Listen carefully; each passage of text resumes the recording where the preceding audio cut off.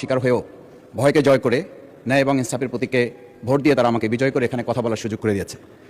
মাননীয় স্পিকার, আপনি জানেন আজকে আমরা যখন এখানে দাঁড়িয়ে কথা বলি তখন আমাদেরকে এটা ভাবতে হচ্ছে যে আমরা কথা বলতে গিয়ে আবার বিগত 17 বছরের কোনো একটা বৈষম্যের মধ্যে পড়ে যাচ্ছি কিনা।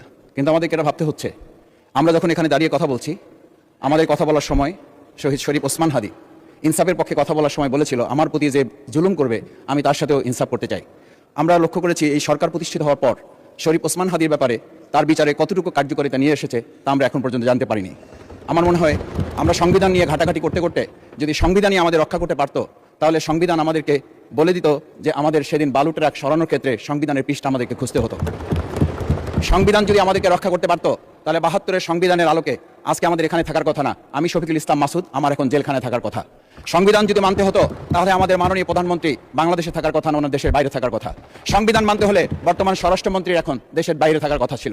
সংবিধান মানতে হলে যে বাচ্চাদেরকে আজকে এখানে শিক্ষা দেওয়া হচ্ছে, দীক্ষা দেওয়া হচ্ছে, কিংবা তাদেরকে কোনো কোনো ক্ষেত্রে জাসদের সাথে তুলনা করা হচ্ছে, সেই বাচ্চাদের নিয়েই আমরা এই সরকার দলের লোকদেরকে, সরকার দলের সম্মানিত নেতৃবৃন্দকে আমরা চোখের পানিও ফেলতে দেখেছি।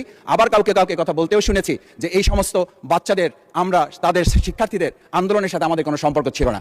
আমরা খুব লজ্জিত হই মাননীয় স্পিকার, আমাদের এই বর্তমান সময়ে আমরা যদি এটা খেয়াল করি যে আমাদের বাংলাদেশের এই বর্তমান প্রেক্ষাপটটা নতুন করে এখন যে গণভোটের যে আজকে ন্যায্যতা অন্যায্যতা, সাংবিধানিক পৃষ্ঠা, লাইন, অক্ষর, দাড়িকমা আমাদেরকে শেখানোর চেষ্টা করা হচ্ছে, যদি সেটা হতো তাহলে বাংলাদেশ জাতীয়তাবাদী দলের সম্মানিত মহাসচিব তিনি কয়েক হাজার পুলিশের বেষ্টনীর মাঝখানে একা একটা মোবাইল নিয়ে তাকে আমরা দাঁড়িয়ে থাকতে দেখেছি, তখন সংবিধান আমাদেরকে রক্ষা করতে পারে নাই।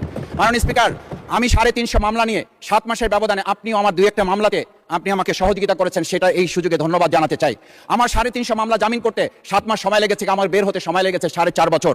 আমি সেই 4.5 বছরে 3বার রিয়ারেস্ট হয়ে 2বার গুম হয়েছি। আমি তখন ডিজিএফআই, এনএসআই, ডিবিএসবির কাছে জানতে চেয়েছিলাম, আমার সামনে দিয়ে বড় বড় নেতারা বের হয়ে যাচ্ছে, আমার অপরাধটা কি? তখন বলেছিল তারা হুমকি না, হুমকি হচ্ছেন আপনারা।